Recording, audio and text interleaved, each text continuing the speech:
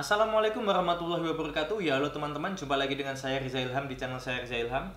Pada kesempatan hari ini saya ingin mengomentari tentang Binomo, Indra Ken, Doni Salmanan gitu ya. Ya, mungkin sebagian dari kalian yang nonton ini adalah orang-orang yang dirugikan ya kan. Jadi kita sama gitu ya. Tapi saya nggak nyalahin Indra Ken. Kenapa? Karena saya ketika download Binomo itu kemauan saya sendiri gitu loh. Saya belajar bagaimana cara trading binary option gitu.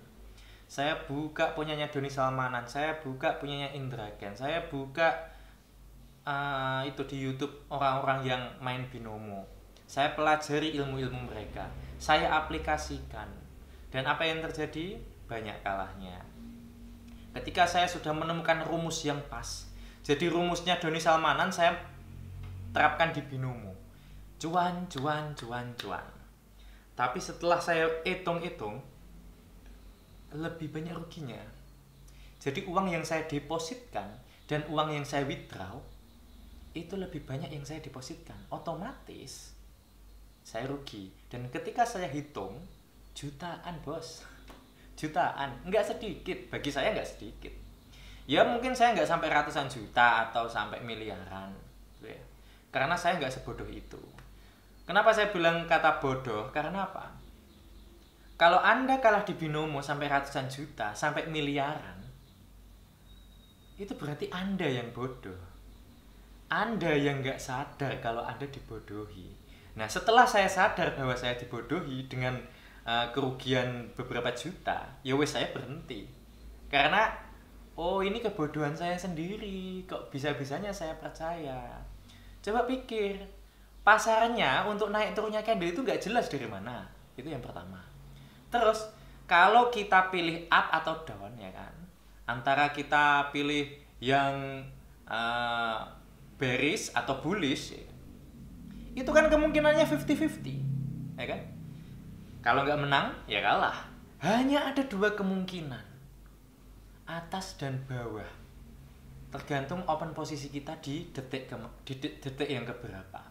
Dan kalau di Binomo itu open posisinya yang paling minim itu di angka 14.000. Dan nasib kita paling pendek itu ditentukan di 30 detik terakhir. Ketika detiknya sudah 01 turun ke 59 sampai 30 ternyata kita kalah, ya udah, umur kita di 30 detik terakhir.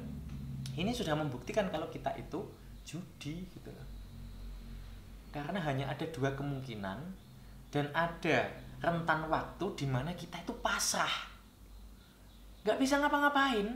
Kalau udah klik ya udah 30 detik itu kita udah nggak bisa ngapa-ngapain.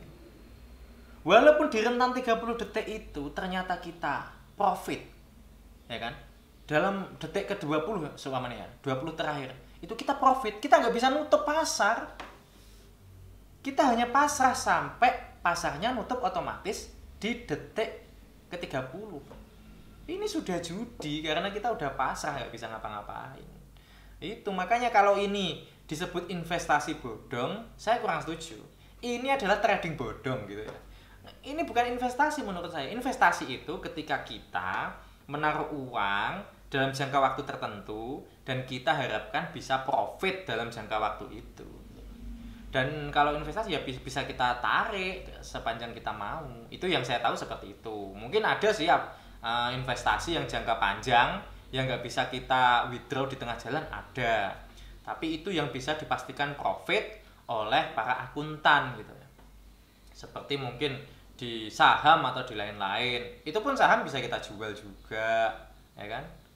Nah, jadi teman-teman, saya pikir ini tuh kesalahan kalian. Jadi kalian nggak perlu nyalahin Doni Salmanan atau Indra Ken dalam hal kekalahan kalian. Yang bisa kalian salahkan dari mereka adalah mereka nggak jujur kalau ini tuh judi. Itu. Tapi kalau kalian sampai kalah ratusan juta, itu kebodohan kalian sendiri karena kalian terlalu berharap. Dan kalian nggak sadar-sadar kalian mengikuti nafsu kalian. Kalian bernafsu ingin menang, penasaran, dan kalian merasa kalau akan datang waktunya kalian menang. Itu loh. Musuh kalian itu sebenarnya diri kalian sendiri. Kalau orang cerdas itu pasti tahu kapan harus berhenti gitu loh. Makanya saya berhenti di tengah jalan. Saya nggak lanjutkan. Ya rugi beberapa juta sudah bisa menyadarkan saya. Oh, ini nggak masuk akal. Ya bayangkan, dengan kemungkinan 50-50, lebih banyak kalahnya, itu sudah omong kosong. Omong kosong. Anda nggak mungkin sesial itu jadi orang. Ya kan? 50-50 loh bos. Lebih banyak, kalau lebih banyak kalahnya, mungkin 4-3, itu masih masuk akal. 20-15, itu masih masuk akal. Tapi kalau kekalahan kalian 1-10, konyol.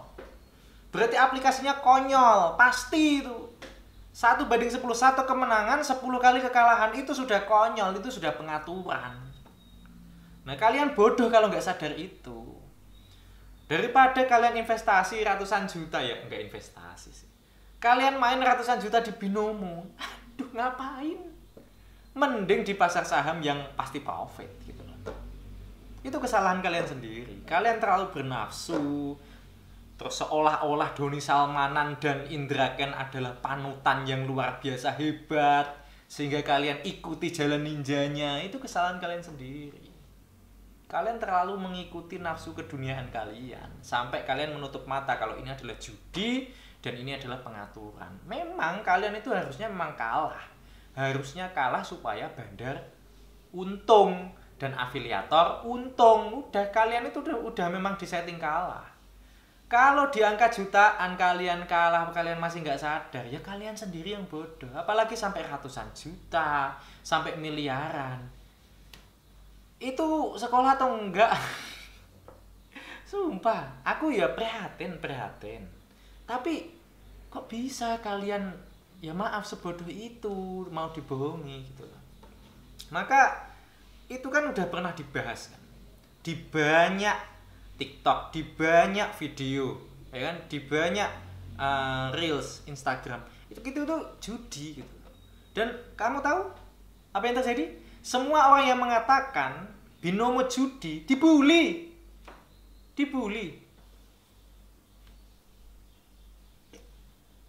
Karena denial, akhirnya udah ke-up kayak gini. Banyak yang testimoni bahwa afiliator itu mendapatkan keuntungan dari kekalahan kalian. Ya udah, akhirnya kalian baru, oh ya, ini adalah penipuan, ayo kita tuntut bersama-sama. Lah kalau kamu menang, uangnya kamu makan sendiri. Giliran kalah, kamu marah-marah. Di dalam binary option sudah pasti ada yang menang. Itu kalau menurut saya. Di dalam binary option sudah pasti ada yang menang. Tapi sudah pasti lebih banyak yang kalah gitu loh. Jadi bandar itu hanya cuma tempat untuk lewat uang. Oke, ya ibaratnya kayak gini. Oke, ini yang menang, ini yang kalah. Oke, yang kalah lebih banyak. Terus naruhnya uang lebih banyak. Oke, yang menang ini dapat uang dari yang menang ini dapat uang dari yang kalah. Oke, kasihkan gitu. Nah, nanti ada uangnya sisanya buat bandar. Dan untuk afiliator. Nah, gitu ya. Jadi bandar itu hanya untuk tempat lewat uang. Yang menang dan yang kalah itu banyakan yang kalah. Yang kalah uangnya sini, tak kasihin yang menang. Sisanya buat afiliator sama bandar. Udah, bandar akan selalu untung. Sedangkan pemain akan banyak yang kalah, sedikit yang menang. Udah, itu aja sih sebenarnya. Harusnya kalian sadar sejak awal. Betul. Saya kalah jutaan, tapi saya nggak mau nyalain siapa-siapa. Karena itu adalah kebodohan saya di awal. Nah, karena saya sadar saya sudah bodoh, wes lah, berhenti aja lah, kampret. Ini di akali bandar ini. Lah aplikasi emangnya bisa kamu cek. Kamu bisa ngecek aplikasi itu fair atau enggak. Pasarnya dari mana kamu tahu? Kamu tahu dari mana coba? Itu pasar untuk candlenya itu dari mana? Kamu nggak tahu gitu. Kita hanya pasrah, berharap menang dengan nafsu keduniaan kita, ya kan? Ya wes. Jadi saya pikir kalau nuntut Indra Ken sama Doni Salmanan, percuma buat apa? Itu adalah kebodohan kita sendiri, ya kan? Yang jelas sejak saat ini wes dua orang itu namanya akan tenggelam atau mungkin akan dibenci banyak orang, ya kan?